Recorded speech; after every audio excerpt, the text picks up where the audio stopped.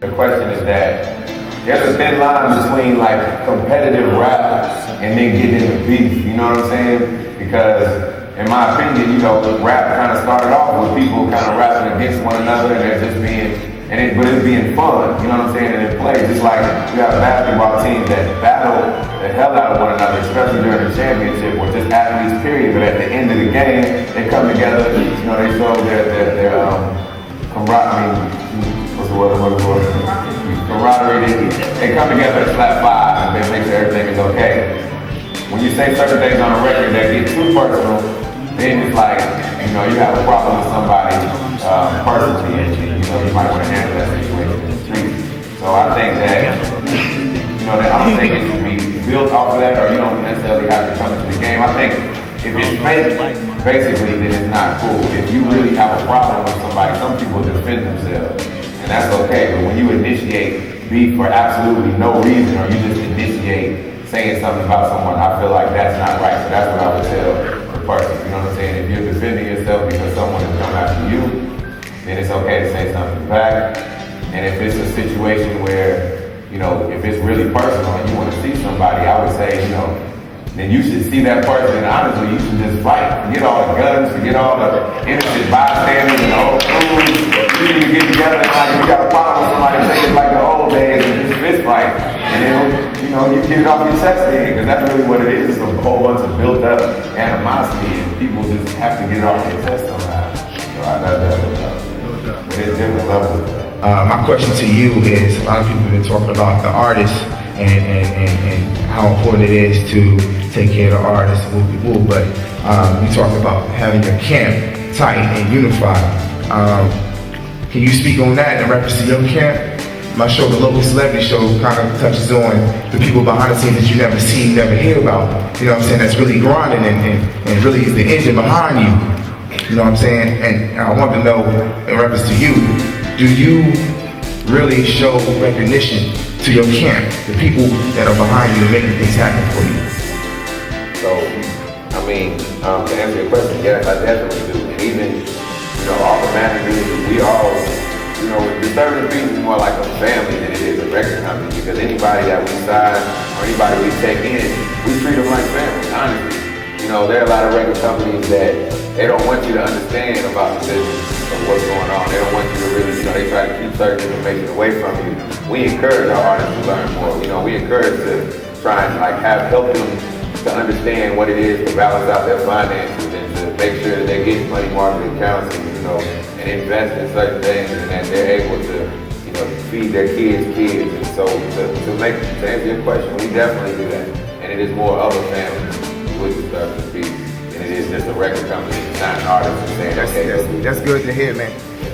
That's good to hear. I would say, you know, I would feel like the way in which a lot of individuals get signed has really changed over the past 5 years. And so I speak on behalf of my company when I say that, especially in the South, you have an opportunity where you're able to kind of make a name for yourself and put something out independently or put out certain mixtapes or anything you want to say in order to build a certain fan base on your own, to where A&Rs no longer take a demo hand to hand from you, but they hear about your name from other people in the street and they inquire about you as an artist. There are a lot of ladies, and you know the statistic of how many women have gone through certain things in their life, and it's kind of like, you know, they hold it in and they don't really speak about it. And it doesn't necessarily have to be, you know, you don't have to be a rapper or be an entertainment industry. You can just tell someone, or you can have someone that you can, you know, confide in and you can tell them their problems. But I feel like, you know, whether it's women being raped or women being abused by their parents or women wanting to,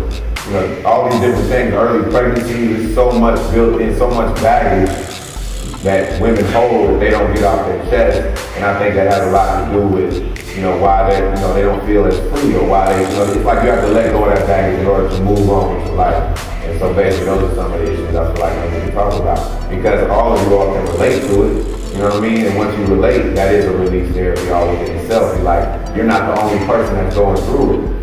But sometimes you feel like you're the only one, but when you realize that half the women in this room have at least experienced the same thing you have, then it makes you feel a little better about it. It makes you more open to talk about it.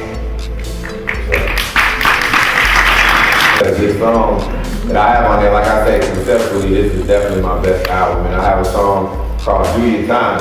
And I made it a point to put 3 individuals in hip hop that have really done some real time. They've been incarcerated. Pimp C is one of them, he just got out of jail. Beanie Siegel, who was from Philadelphia, he just got out. And C Murder, who everyone knows just got out of jail. Because I wanted for them to talk about their own experiences, because I feel like there's so many young kids that glorify going to jail and doing time. It's like, you know, it's like you're earning your stripes and you're hard by doing it. And you get out and it's like, okay, I'm the man now. I'm just letting you know, these are 3 individuals that have done time, and by no way was it fun or earning any stripes. So with that being said, yes, I feel like the incarceration, you know, rate and how many people, especially brothers, are incarcerated is ridiculous. And I mean, the system is set up in a way to where I feel like it is set up to make us fail.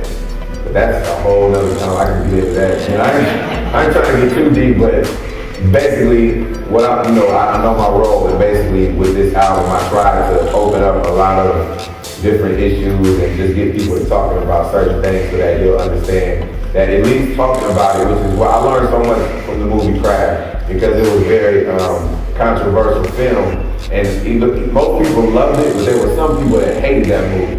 It was some people that hated that movie because it was so real. And it was so much hate, but this is human. You know what I'm saying? It was very human. So with that being said, there are a lot of people that hate rap music. They hate hip hop. But at the end of the day, hip hop music is so real. If we're not talking about things that we've done when we were growing up, we're talking about things that we've seen, and we're narrating certain things. And you watch the news, some people can't even watch the news at night, but it's reality. You know what I mean? People getting robbed and these violent things happening. And so with that being said, I just feel like, you know, the first step in at least trying to solve a situation is getting people to openly talk about it. And that's what Crash did. And a lot of the songs on this album, you know, at the end of the day, it's complete honesty. And that's what I feel like. If someone wants to criticize you, can criticize it all you want to. But at the end of the day, you gotta respect it. And it's the truth. So we're gonna get people to talk about it so we can solve some of these issues, especially that.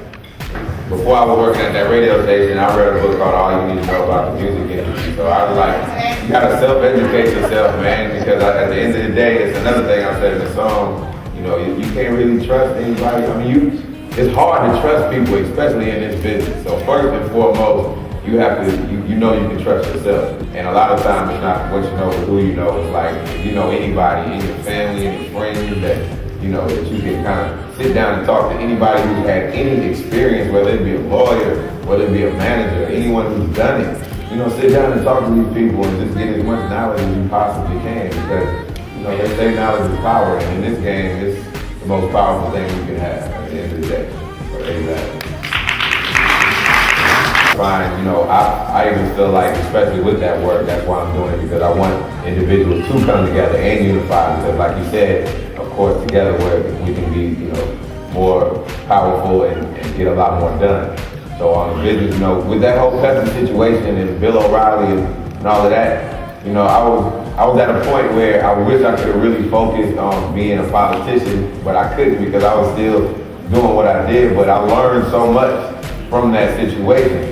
And it's like some of the, you know, the things that when I've experienced the most adversity or when I've went through the hardest times of my life, those have been the biggest learning experience of my life.